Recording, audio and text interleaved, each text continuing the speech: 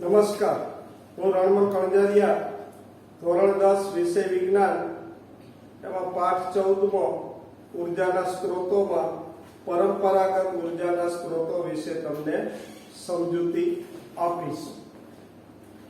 તો પરંપરાગત ઉર્જાના સ્ત્રોતોમાં આજે આપણે 4 પ્રકારના ઉર્જાના સ્ત્રોતો વિશે શીખવાનું છે.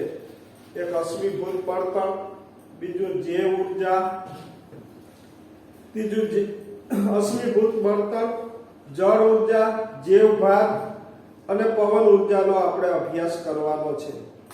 તો પહેલા આપણે અશ્મિભૂત બળતણની વાત કરીએ. તો અશ્મિભૂત બળતણની અંદર કોલસો, પેટ્રોલિયમ અને કુદરતી વાયુનો સમાવેશ થાય છે.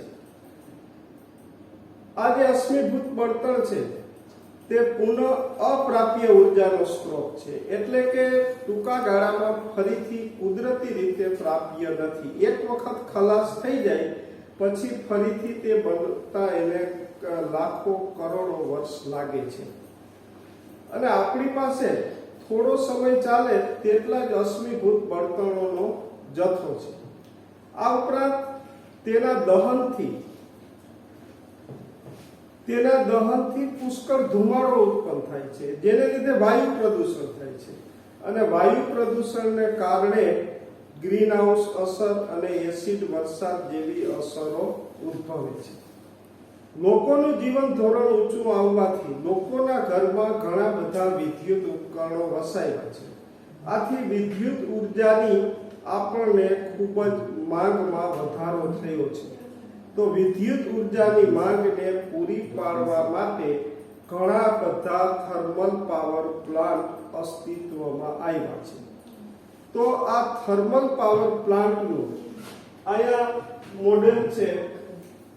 આપણે ઘરે પણ રમકડાનું મોડેલ તમે બનાવી શકો. પ્રેશર કુકરની અંદરથી પ્રેશર કુકરમાં પાણી ગરમ કરી અને એની વરાળ નીકળે. આ વરાળની મદદથી ટર્બાઇન ચલાવીને વિદ્યુત ઉત્પન્ન કરવામાં આવે.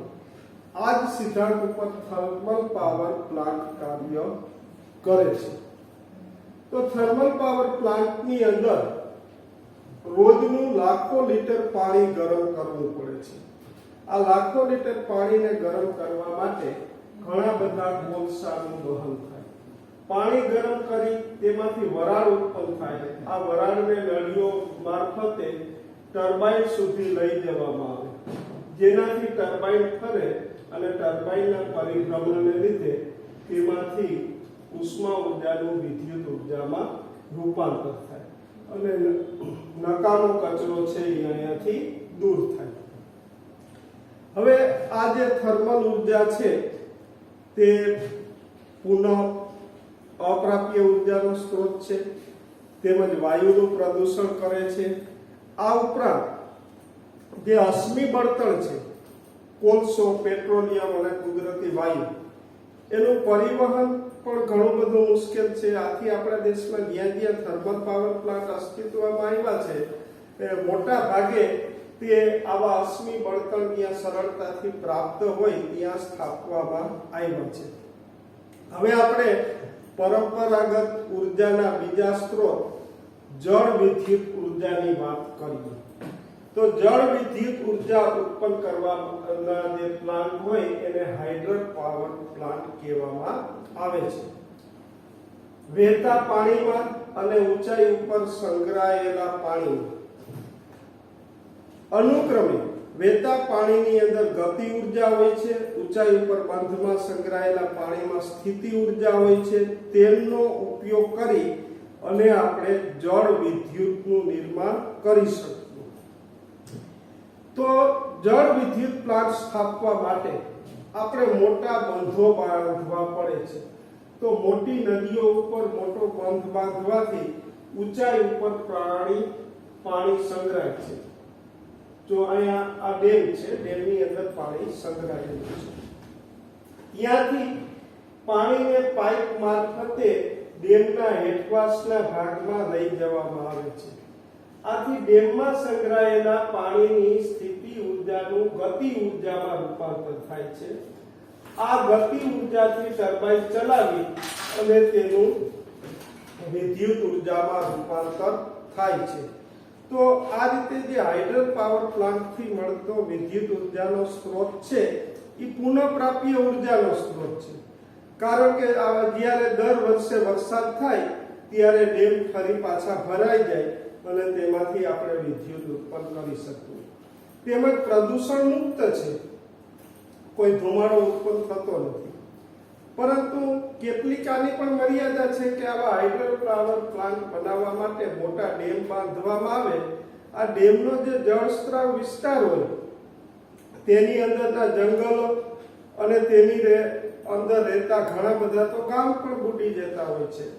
તો આવા જે એના ડૂબ વિસ્તારમાં આવતા લોકોના પુનઃવસવાટનો પણ એક પ્રશ્ન ઉપસ્થિત થાય છે. આપણા દેશમાં નર્મદા ડેમ જે સરદાર સરોવર બંધ બાંધવા માટેનો વિરોધ થયો તો એનું કારણ એ જ હતું કે ડેમના જે ડૂબ વિસ્તારમાં આવતા લોકોનો પુનઃવસવાટ સંતોષકારક થઈ શકતો નહોતો. આમ જોવા જઈએ તો એકંદરે જળ ઉર્જા એ બહુ જ ઉપયોગી ઉર્જા છે. હવે આપણે પરંપરાગત ઉર્જાના ત્રીજા સ્ત્રોત જૈવ ભારની વાત કરીએ. જૈવ ભાર એટલે કે વનસ્પતિ અને પ્રાણી પેદાશને જૈવ ભાર કહેવામાં આવે છે. પ્રાચીન સમયથી આપણે લોકો ઉષ્મા ઉર્જા મેળવવા માટે લાકડા અને ગાયના છાણના ઉપયોગ કરતા હોય છે. તો પરંતુ આ જે લાકડા અને છાણામાંથી જે આપણે ખોરાક રાંધવા માટે ઉષ્મા ઉર્જા ઉત્પન્ન કરીએ છીએ તેનાથી ધુમાડો વધારે ઉત્પન્ન થાય છે અને ઉષ્મા ઉર્જા ઓછી ઉત્પન્ન થાય છે. તેથી આપણે ટેકનોલોજીનો આધાર લઈ અને એવા સાધનો વિકસાવવા જોઈએ કે જેથી ધુમાડો ઓછો ઉત્પન્ન થાય અને ઉષ્મા ઉર્જા આપણે વધારે મળે. તો આ ગાયનું છાણ, કૃષિ કચરો, શાકભાજીનો કચરો અને સુએજ કચરો એનું ઓક્સિજનની ગેરહાજરીમાં વિઘટન કરવામાં આવે તો બાયોગેસ ઉત્પન્ન થાય છે. આ બાયોગેસના ઉપયોગથી ધુમાડો ઉત્પન્ન થતો નથી, પ્રદૂષણ નથી થતું. બાયોગેસની અંદર મુખ્ય દ્રવ્ય ગાયનું ગોબર હોવાથી તેને ગોબર ગેસ પણ કહે છે. તો આ ગોબર ગેસ પ્લાન્ટ કરવા માટે ઈંટોથી એક ડોમ આકારનું ચડવામાં આવે છે.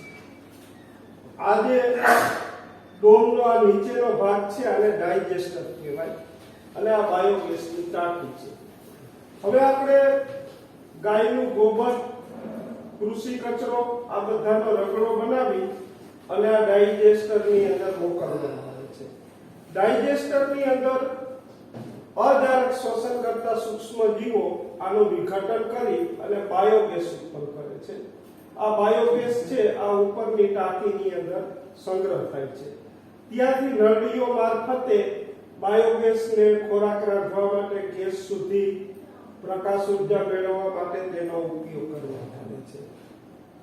બાયોગેસ પુનઃપ્રાપ્ય ઉર્જાનો સ્ત્રોત છે, પ્રદૂષણ મુક્ત છે, કોઈ પણ જાતનું પ્રદૂષણ થતું નથી, પર્યાવરણને એકદમ અનુકૂળ છે તથા બાયોગેસમાં બાય પ્રોડક્ટ તરીકે સેન્દ્રિય ખાતર મળે છે જેનો આપણે ખેતીવાડીમાં સારી રીતે ઉપયોગ કરી શકીએ. હવે આપણે પરંપરાગત ઉર્જાના ચોથા સ્ત્રોત પવન ઉર્જાની વાત કરીએ. તો તમે જાણો છો કે ગતિશીલ હવાને પવન કહેવામાં આવે છે. તો પવનની ગતિમાં પણ ઘણી બધી ઉર્જા હોય છે. તો પવનની ગતિ ઉર્જામાંથી વિદ્યુત ઉર્જા ઉત્પન્ન કરવામાં આવે તો જૂના સમયમાં પણ આપણે પવન ઉર્જાનો ઉપયોગ કરતા. પવન ચક્કીઓ સ્થાપી અને તેમાંથી કૂવામાંથી પાણી ખેંચવામાં આવતું, અનાજ દળવાની ઘંટી ચલાવવામાં આવતી હતી. પણ હાલમાં પવન ઉર્જાનો ઉપયોગ કરીને વિદ્યુત ઉર્જા મેળવવામાં આવે છે. આના માટે પવન ચક્કીઓ સ્થાપવામાં આવે છે. એક પવન ચક્કીથી ઉત્પન્ન થતી ઉષ્મા ઉર્જાનું પ્રમાણ, ઉત્પન્ન થતી વિદ્યુત ઉર્જાનું પ્રમાણ ઓછું હોવાથી તેનો વ્યવસાયિક ધોરણે ઉપયોગ થતો નથી. આથી એક જગ્યાએ અસંખ્ય પવન ચક્કીઓ સ્થાપી અને તેમાંથી ઉત્પન્ન થતી વિદ્યુત ઉર્જાનો વ્યવસાયિક ધોરણે ઉપયોગ ઉપયોગ કરી શકાય છે. તો આવી એક જગ્યાએ અસંખ્ય પવન ચક્કીઓ સ્થાપવામાં આવી હોય તેને વિન્ડ ફાર્મ કે પવન ઉર્જા ફાર્મ કહેવામાં આવે છે. આપણા દેશનું સૌથી મોટું પવન ઉર્જા ફાર્મ તામિલનાડુમાં કન્યાકુમારી ખાતે આવેલું છે. ત્યાં 380 મેગાવોટ વિદ્યુત ઉર્જા ઉત્પન્ન થાય છે. ડેનમાર્કને પવનનો દેશ કહેવામાં આવે છે. ડેનમાર્કની જે કુલ વિદ્યુત ઉર્જાની માંગ છે એની 25% વિદ્યુત ઉર્જાની માંગ પવન ઉર્જાને લીધે તે સંતોષે છે. વિશ્વની અંદર પવન ઉર્જાનો ઉપયોગ કરવામાં જર્મનીનો પ્રથમ સ્થાન છે. આપણા દેશનું 5મું સ્થાન છે. આપણા દેશની જો પૂરેપૂરી પવન ઉર્જાનો ઉપયોગ કરવામાં આવે તો આપણે 45,000 મેગાવોટ વિદ્યુત ઉત્પન્ન કરી શકીએ છીએ. આમ પવન ઉર્જા છે તે પુનઃપ્રાપ્ય ઉર્જાનો સ્ત્રોત છે, તેમજ તેનાથી કોઈ પ્રદૂષણ ફેલાતું નથી. માત્ર પવન ઉર્જા ફાર્મ સ્થાપવા માટે વધારે જમીનની જરૂર પડે છે, તેમજ વાતાવરણમાં ખુલ્લા વિસ્તારમાં પવન ચક્કીઓ સ્થાપાતી હોવાથી વાવાઝોડા, વરસાદ અને વાતાવરણના ભેજને લીધે થોડું ઘણું એને નુકસાન આવતું હોય તો તેનો સમારકામ કરવાનો ખર્ચ લાગતો હોય છે. તો મિત્રો આજે આપણે અહીંયા સુધી રાખશું. ફરી મળશું ત્યારે નવા વિડીયો સાથે મળશું.